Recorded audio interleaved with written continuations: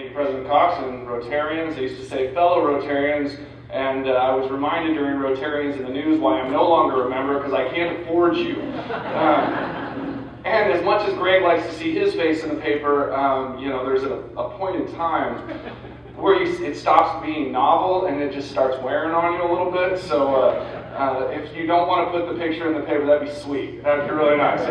I'd appreciate that. A day not in the paper is a good day in my world. What is this, though, that we're talking about today? What is it that Greg and I are standing up here together, freaking people out, having a Republican and Democrat standing on the same stage? This is us working together, regardless of political party, because good governance is not the province of any political party. The best public service is for the people, not for the parties. This is not about Greg and I. This is about all of the people of Clark County coming together as a community toward the common goal of creating a charter, a local constitution, if you will, that provides the most representative, accountable, and responsive government for all of you.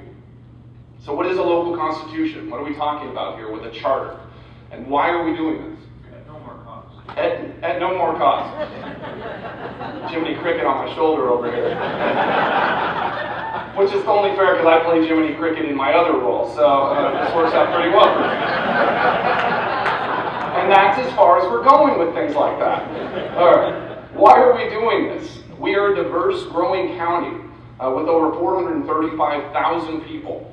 We have a county budget for services for those people that is over $350 million per year. There are about 1,600 employees working in the service of Clark County for its citizens. All of this, the budget, the executive functions, the administrative oversight, the legislative power, the quasi-judicial authority, the representation on dozens of community agencies and boards, all those powers vested in 3 people. 3 people for all of that, with a majority of 2 making decisions on every one of those items within this huge county and organization. We need checks and balances. We need separation of powers. We have to address an over-reliance on such a small board with such great power. So I had one quote that I had to add in here, and that was from George Washington.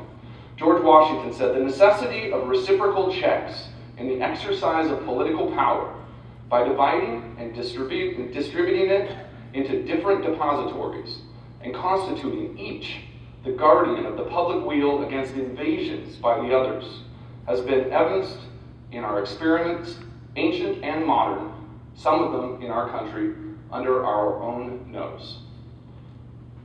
Those words speak as true today as they did when they were first stated in the beginnings of our country, and they speak to us at a local level and not just at a state or federal level. So how do we do this? How do we actually create this as citizens? It seems big, but it's not. How can we do that? There's 3 things I'll point out today quickly. First, elect a county executive directly, instead of a county administrator who is responsible to the commissioners instead of the people for the management of the organization. That replacement of function and salary can be done with no additional cost to the citizens by replacing those functions directly. It will provide better direct accountability to the citizens, the same as we have at the state and federal level, and the same as other counties in our own state have. Second, move from 3 to 5 county commissioners and lower the salaries. That's right, Steve's saying lower my salary to total what they do now. Better representation, same cost. Third, give the citizens initiative and referendum rights. Create a path to challenge the decisions that we make as this small board throughout a large county with really diverse opinions. Give those citizens that right to move forward with it.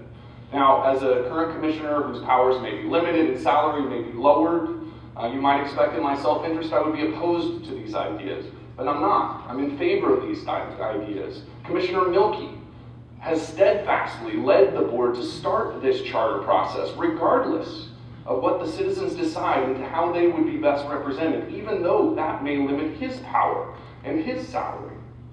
But the first step to form this better contract with our citizens, between the people who we represent and the people who represent them, is that we need 15 Clark County citizens to step up.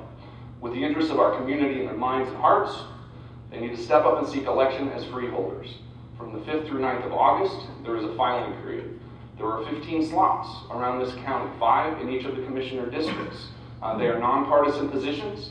They are positions that the top vote getter in each of the 5 spots in each of the 3 county commissioner districts will fill. Those 15 people will be the people who set in their own little mini constitutional congress to figure out what is the best representation, the best contract between the people of Clark County and the people who serve it, and then put that forward to the voters, most likely in November of 2014. But the first step is we need those people to start seeking election now. And with that, I'll turn it over to Greg, who will kind of explain that process. Thank you, I appreciate it.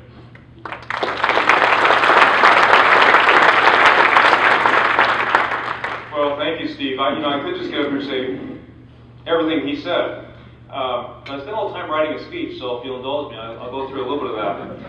I'm getting a lot more than that today. As Steve said, I would first like to acknowledge Commissioner Tom Mielke. He has been a steadfast supporter of this idea that if we elect 15 people and give them the authority to sit and consider what the best structure of our county government is for the long-term future of our community, that a good thing will come from that. I believe that his leadership on this issue will be the high point of his long career as a public servant. I'd also like to thank Commissioner David Medore. Commissioner Medore has asked very good questions and has, as a result of that, we ended up with a better process to this point where we are right now. Finally, I would like to thank Commissioner Medore for his support of Commissioner Mielke's resolution, which it was passed unanimously, so thank you to Commissioner Stuart as well. As you've heard Steve say, Steve and I have a better vision for county government that we believe will serve the citizens of Clark County into the long-term future. That structure will result in a county government that is more representative, more responsive, at no more expense, period. The genius of our country's founding fathers was the creation of separate branches of government, each with unique powers that serve as a check and balance against the other. I too have a quote. It's not quite as long as Steve's, but Alexander Hamilton described the purpose of this structure of checks and balances thusly: ambition must be made to counteract ambition. As Steve described, Washington State's Constitution provides for 2 types. It provides a default model for county government, the default model that's been in existence since 1889, when Clark County had 11,000 people. The default model that's Community County with about 15,000 people uses. That's Cowles County with, 70,000 or something uses.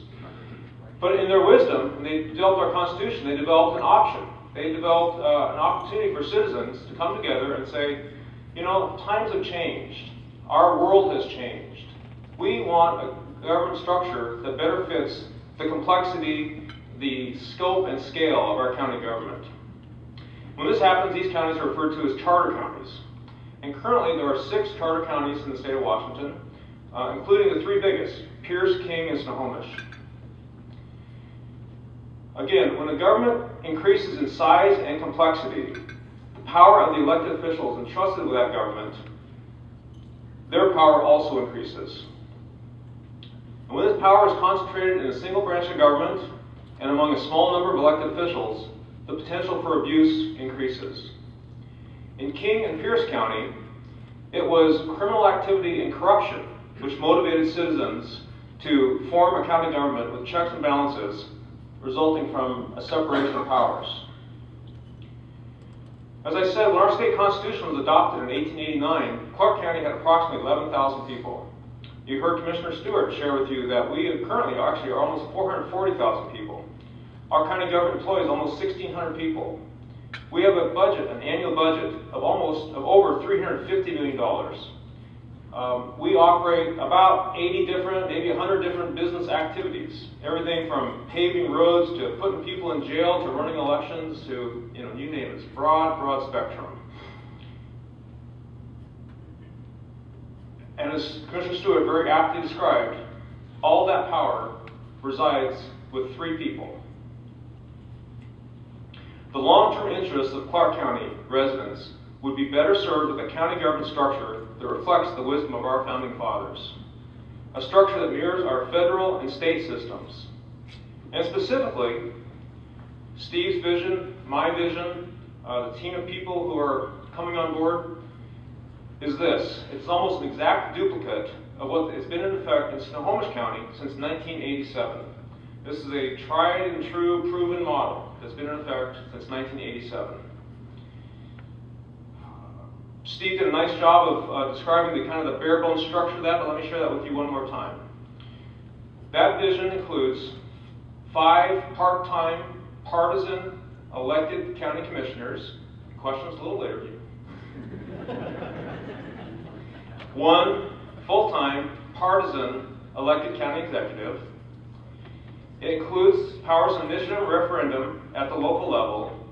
And I don't think Steve mentioned this, but it also changes the ministerial offices, the assessor, treasurer, clerk, auditor, how can I forget auditor, to nonpartisan offices. And that's the extent of the change that we have in our vision. There are only 2 differences, significant differences, between the Snohomish County Charter and what Steve and my vision would include. And that is that our vision does not include term limits, and our vision includes specifically in the charter that the compensation of these elected officials is set at a percentage of comparable state positions. And I want to echo Commissioner Stewart's comments. This reform effort of government is not about Steve Stuart, it's not about Greg Kimsey. It's about what we believe is in the best long-term interest of our county. If there is a county executive position created, I would give serious thought to running for that office. However, if this position is not created, or if I were to run for that office and I were defeated, I would be deeply honored, and I commit to you today, I would be thrilled to continue to serve as your county auditor, to finish my working career as your county auditor.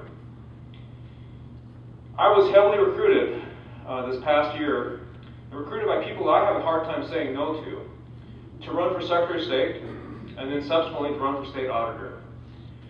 I and my wife, we decided that we want to continue to live in Clark County, the place that we were both born, where we raised our families, where we hope someday our children will come back and raise their families. I'm not working on this out of a personal ambition. I'm working on this because I believe this is in the best long-term interests of our community. Now, there may be other groups in our community who have a different vision. People who think our current system works great. It doesn't need any changes except perhaps one small change. We should have powers of initiative and referendum here at the local level. These groups might even go so far as to say, you know, it would be better to have 5 commissioners, not just 3. Steve and I disagree with that. We disagree strongly. The most important element of this proposed reform is a separation of that legislative policymaking authority from the executive administration authority. We like the way our state government is set up, with a governor and a legislature, and we are looking to create a similar model here in Clark County. So again, our vision of a better government for Clark County is more representative than our current form, with 5 county commissioners. Come on up, Michelle, don't be shy. With 5 county commissioners, an elected county executive, it is more responsive, with a single elected official responsible for the administration. Come on, folks, don't be shy.